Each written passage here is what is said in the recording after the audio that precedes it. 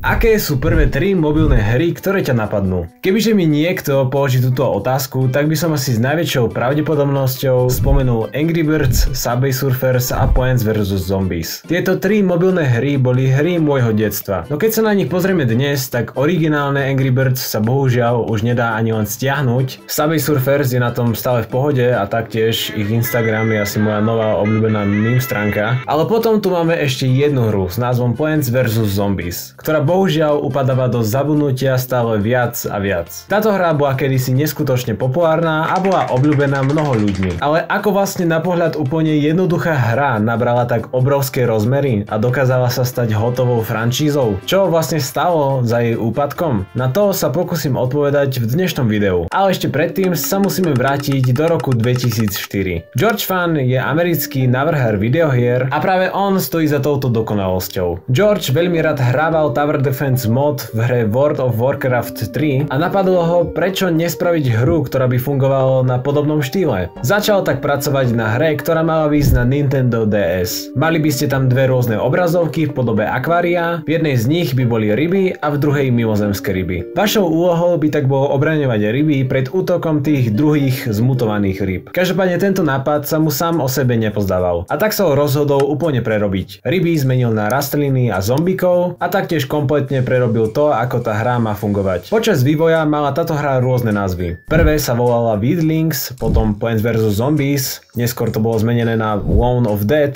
a potom znova na Plants vs Zombies. George Fan pracoval na tejto hre spočiatku úplne sám, no po nejakej dobe sa k nemu pridružili ďalší ľudia, ktorí mu túto hru pomáhali zdokonaľovať. A 5. mája 2009 bola hra predstavená verejnosti. Spočiatku ste si ju vedeli zahrať len na počítači, no neskôr bola dostupná na hrane skoro všade. Svoju popularitu nabrala hlavne vďaka mobilnej verzii a práve 99% ľudí túto hru hrali práve na svojich mobiloch. Boli ste si ju schopní vychutnať úplne zadarmo a tým ako bola postavená dokázala byť na mobiloch hraná bez hociakých problémov. Vašou úlohou bolo ubraniť svoj dom pred zombíkmi, ktorí sa doň chcú dostať. V úvodnom leveli budete zoznamení s tým, ako tá hra funguje. Zistíte, že slnečnica vám produkuje slnko, ktoré funguje v tejto hre ako mena. Za slnko si môžete kúpiť zo začiatku pišutera, čo je v podstate úplne základná tureta, a po dohratí úvodného levelu sa vám odblokuje nová rastlina. A taktiež aj vedľajšia hlavná postava, vedľa hlavnej. Proste postava, ktorá sa vám predstaví ako váš sused s menom Dave. A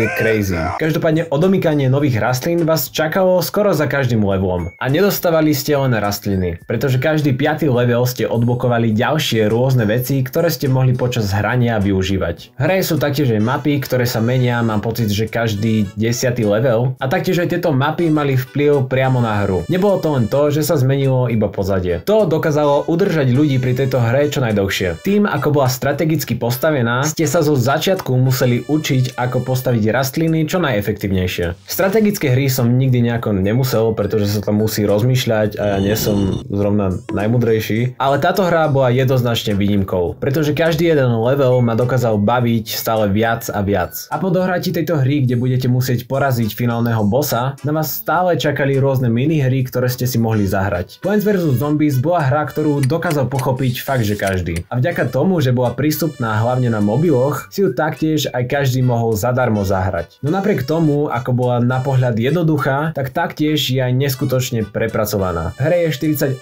rozdielnych rastlín, taktiež rôzni zombici, rôzne mapy, minihry. Jednoducho vývojári sa o túto hru starali ako o vlastné dieťa. No Plants vs Zombies nebola hra, ktorá by sa dokázala udržať v relevancii len vďaka pravidelným updateom. A vývojári si toho boli vedomi, preto začali pracovať na pokračovaní tejto hry, no ešte predtým v roku 2011 EA odkúpilo PopCap za $650 miliónov.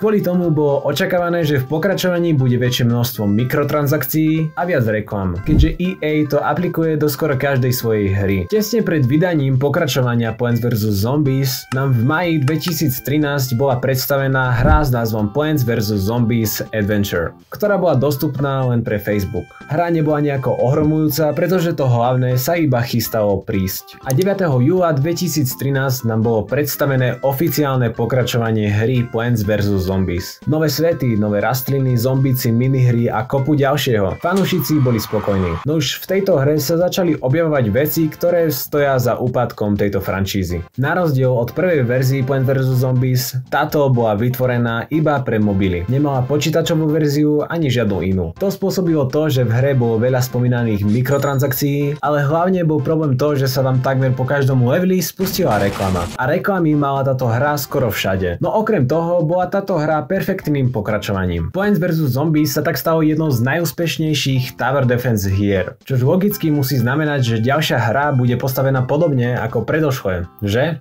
Nie. Jak nie? Nie. Plants vs Zombies Garden Warfare vyšlo v roku 2014. Táto hra je úplne odlišná od svojich predchodcov. Namiesto klasickej Tower Defense hry ste teraz dostali strieľačku. Určite bolo riskantné takto úplne zmeniť formát tejto hry, no ľuďom sa táto zmena prekvapivo veľmi páčila. V Garden Warfare ste mali na výber z rôznych modov, ktoré ste mohli hrať sami alebo so svojimi kamošmi. Mali ste na výber z rôznych postav a každý jeden mod vás dokázal zabaviť na nejakú tú dobu. Vývojári chceli z tejto hry vyťažiť čo najviac. A tak v roku 2016 vyšlo pokračovanie s názvom Plants vs Zombies Garden Warfare 2. A táto novinka nebola zas tak nejako crazy. Boli pridané nové mapy, postavy, mody a samozrejme väčšie množstvo mikrotransakcií. Ľudia si ale túto hru prekvapivo obľúbili viac ako jej predchodcu. A po úspechu dvoch najnovších hier si vývojári povedali, poďme experimentovať ďalej. A tak asi nejako vzniklo v roku 2016 Plants vs Zombies Heroes. Tentokrát to nebolo ani Tower Defense ani strieľačka. Bola to kartová hra. Na rozdiel od predošlých výtvorov bola táto hra menej obľúbená. Ľudia jednoducho očakávali novú Tower Defense hru a nie Hearthstone, ktorý má na sebe Plants vs Zombies skin. Pretože to táto hra v podstate aj bola. Neskôr v roku 2019 nám bola predstavená nová hra Plants vs Zombies Battle of Neighborville. Malo to byť pokračovanie obľúbených Garden Warfare hier, no táto hra tak obľúbená absolútne nebola. Ľudia od nej jednoducho očakávali viacej. Misie, ktoré ste v tej hre mali, boli nudné a celkovo tých možností, čo ste v tej hre mohli robiť, bolo výrazne menej. A tak po neúspechu najnovšieho titulu sa vývojári rozhodli vrátiť ku koreňom a začali pracovať na Plants vs Zombies 3. Určite sa nebude dať čo pokaziť, veď predsa dokázali spraviť dobrú Tower Defense hru v minulosti už dvakrát. A tak vo februári 2020 bola iba v niektorých krajinách dostupná k stiahnutiu hra s názvom Plants vs Zombies 3. V tejto hre ste si hneď zo začiatku mohli všimnúť veľa zbytočných zmien. Napríklad to, že bola hraná vertikálne, prerobili taktiež to, ako funguje slnko a hru prekreslili do úplne iného štýlu. Ľuďom sa tieto zmeny absolútne nepáčili a o rok neskôr vývojári túto hru prerobili, no a tentokrát to naopak bolo málo zmien. Hra sa okrem svojím výzorom neodlišovala nijako od svojich predchodcov a keď si porovnáme trojku s jednotkou a dvojkou, tak v Plants vs Zombies 3 je tam toho oveľa menej ako v predošlých hrách. No je nutné podotknúť, že oficiálne má táto hra výjsť až toto leto, čo znamená, že môže priniesť stále niečo nové, o čom nevieme. No zatiaľ mi to tak nepripadá. Plants vs Zombies začal ako jednoduchý nápad jedného človeka a stalo sa z toho niečo obrovské. No teraz sa mi zdá, že vývojári tejto hry pomaly už nevedia, čo majú robiť. Prípada mi, že tak ako mnoho ďalších spoločností sa ani EA nesnaží spraviť hru, ktorá by bola čo najkvalitnejšia, ale snaží sa vytvoriť hru, ktorá by zarobila čo najviac peňazí. No teraz už môžeme iba polemizovať, ako by táto hra vyzerala, kebyže PopCap nikdy neodkúpi EA. Naopak, kebyže EA nikdy neodkúpi PopCap. Možno by na tom bola oveľa lepšie, alebo naopak by možno na tom bola ešte horšie, ako je teraz. Čo si o tom myslíte vy? Napíšte mi dolu do komentárov a taktiež, ak sa ti moja tvorba páči a chceš ma nejako podporiť, tak dole v popise je odkaz, cez ktorý si môžeš kúpiť Mad Monk. A ja ti ďakujem, že si video dopozeral až sem.